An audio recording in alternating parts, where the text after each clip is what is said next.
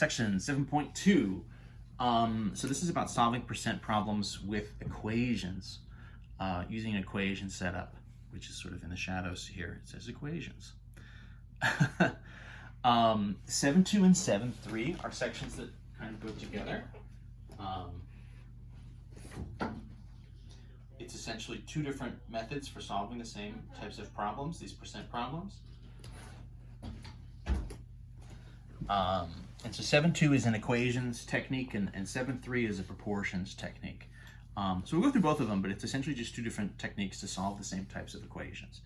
The online homework system has you do some setup stuff, and eventually it will say, solve these problems using the equation technique in 7.2, and it will say, solve them using the proportion technique in 7.3. The homework isn't really checking your work in quite the same way as I would if you were sort of writing out your work and handing it in.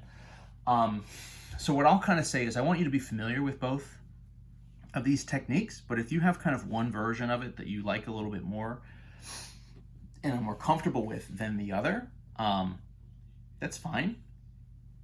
And what you should do is just stick with whichever version you kind of prefer. So I'm going to show you both. This is sort of a long way of saying, when you're doing 7.2 and 7.3 homeworks, I would say maybe watch both sections, both videos sections, both of the sections videos, 7.2 and 7.3, and then kind of compare and see if there's one technique you prefer. And you can kind of use that to solve some of the problems in each section. In any event,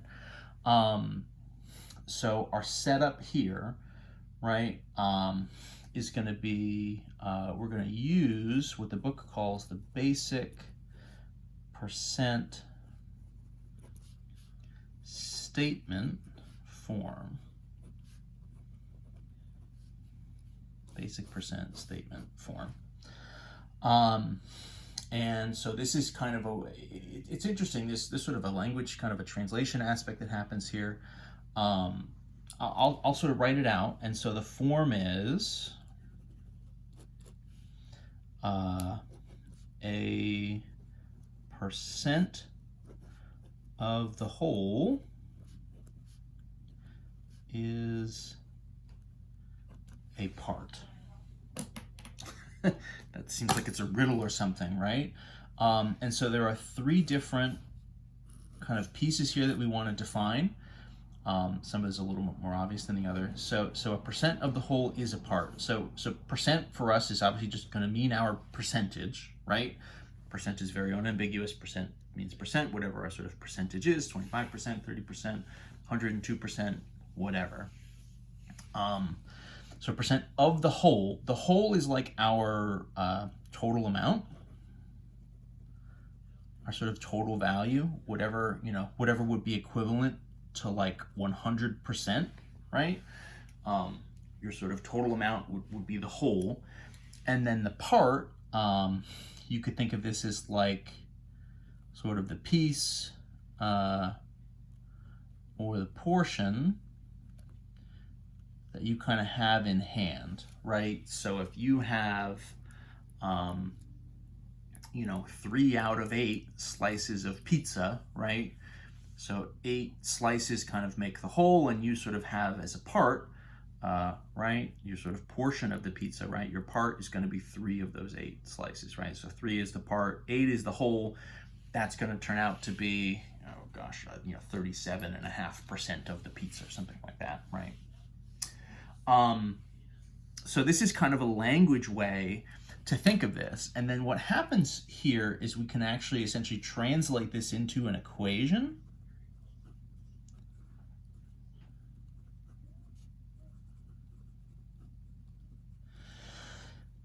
So obviously for us here, percent is going to mean percent. Of becomes multiply. So the percentage times the whole, right? And then is translates into equals, right? So this is sort of the percentage times the whole equals the part. So this basic percent statement form, right, is kind of a way, you know, as a sentence to sort of write out your problem, and then that can be transformed into a math equation. Let's sort of do some examples. In the homework, sort of first they have you kind of do some reordering and then sort of rewriting stuff. So let's maybe start with that. So for instance, right, 20% of 40 is 8. So this is just like in the form. So the percentage here is our percent, right? This is sort of, you know, of 40. 40 here, it would be the whole amount, right? Sort of is 8, so then 8 would be the part. And so, you know, as an equation, this for us becomes, well, 20% times 40 equals 8. But now, of course, you know, 20%, what I'll say here is you're probably going to want to use a decimal version of this, you know, because 20 times 40 is obviously not 8. But 20% would be 0.20, right, times 40 would, in fact, get you to 8, right? So if you kind of have all these values and you kind of do this translation and turn it into an equation, you know, in theory, right, all the numbers should work out. This gets a little bit more interesting, right? I mean, obviously, if they just sort of essentially give you this laid out, just sort of everything written in the same form all the time, then this is kind of boring and you're just sort of doing these translations kind of mindlessly.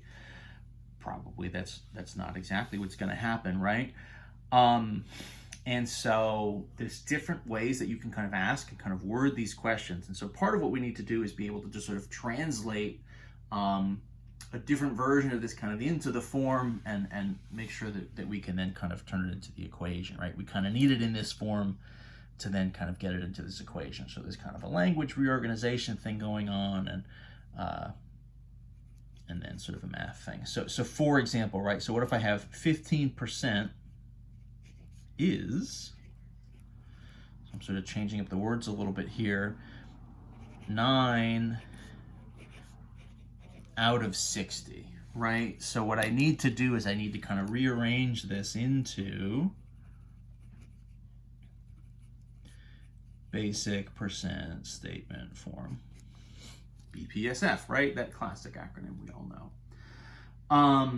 So this amounts to, let's sort of identify all of what these different things are, right? Either as the sort of percentage or the whole or the part.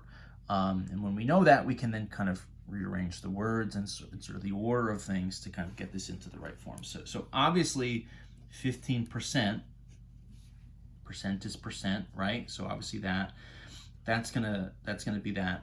9 out of 60, right? So the kind of out of, right, of 60, out of 60, that kind of tells me here that the 60 is going to be the whole. That can be tricky. You know, your sort of instinct is probably going to be to just sort of say automatically whatever the bigger number is should be the whole. And, you know, if your percentage is less than 100%, then like, absolutely, that's the only thing that really makes sense. The bigger number was the whole, right? If you're talking 50%, 25%, the bigger value is the whole. But in theory, right, you could have a percent problem where your percentage is actually 120% or 200% or something, in which case now the like part and the whole, which is bigger, is going to be reversed, right? If you're talking 150%, that means your whole amount is actually going to be a smaller number than your part because you're over 100%. So the language here kind of comes into it.